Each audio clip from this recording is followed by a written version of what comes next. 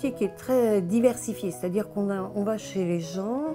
Une journée, ça peut être du ménage, le lendemain, ça peut être de la cuisine. On peut aussi aider les gens à les lever, à les habiller, faire des toilettes. C'est très varié et c'est jamais monotone. Ce qui me motive surtout, c'est le contact avec les personnes. C'est vrai que tout de suite, on arrive bien à s'accorder en fait. Les demandes sont simples. Une TISF, c'est une technicienne d'intervention sociale et familiale. C'est un professionnel qui est diplômé d'État, donc qui a fait 2 ans d'études. Le métier de TISF, c'est d'intervenir au cœur des familles à leur domicile. Donc ça peut être soutenir à la parentalité, c'est quand même la base. Par exemple, pour étayer un repas. Voilà, pour soutenir une famille, poser le cadre pendant un repas. Elles vont aussi intervenir sur tout ce qui est aide à la toilette, accompagner les enfants le matin avant de partir à l'école. L'objectif principal, c'est de faire avec et d'amener la famille à être autonome pour qu'ensuite nous, on n'intervienne plus.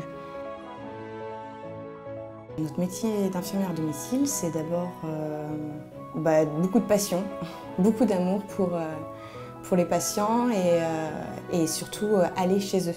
Et on va plus dans la chambre de l'hôpital, on va vraiment chez eux, donc un grand respect surtout des patients. Ce qui me motive, c'est aussi parce que je travaille dans un bon environnement avec une bonne équipe et on se soutient, on discute, c'est un tout. Là, à l'heure actuelle, c'est vraiment un tout et c'est vraiment un bonheur de se lever tous les matins. Le métier d'aide-soignant en SIAD, c'est d'apporter les soins pour des personnes dépendantes. Donc on a l'accompagnement de la personne et le relationnel, faire tous les soins qu'ils ne peuvent plus faire dans la dignité et surtout dans la pudeur. En fait, je vais vous dire avec mes mots que si on n'aime pas nos personnes ou si on n'aime pas les gens, on ne peut pas faire ce métier.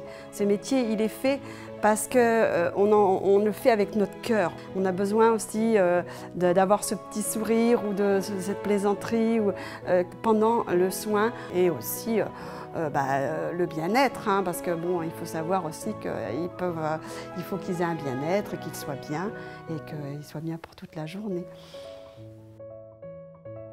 Les produits de la téléassistance ne se substituent pas aux intervenants à domicile, mais viennent bien en complément pour sécuriser les personnes 24 heures sur 24, 7 jours sur 7, grâce à du matériel qui permet aux gens d'être connectés à notre plateforme d'écoute en cas de nécessité. Ils appuient sur un bouton, un appel d'urgence.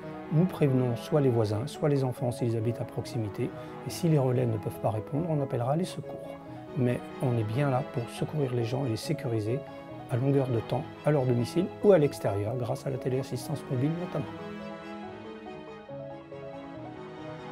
Les unités de vie, donc à la DMR, ça regroupe un certain nombre d'établissements et de services qui sont disséminés sur l'ensemble du territoire vendéen et qui comportent donc 3 EHPAD, 4 MARPA, une maison de vie, ça c'est une dénomination qui nous est propre, mais également des SAVS, services d'accompagnement à la vie sociale, pour l'accompagnement d'adultes déficients intellectuels.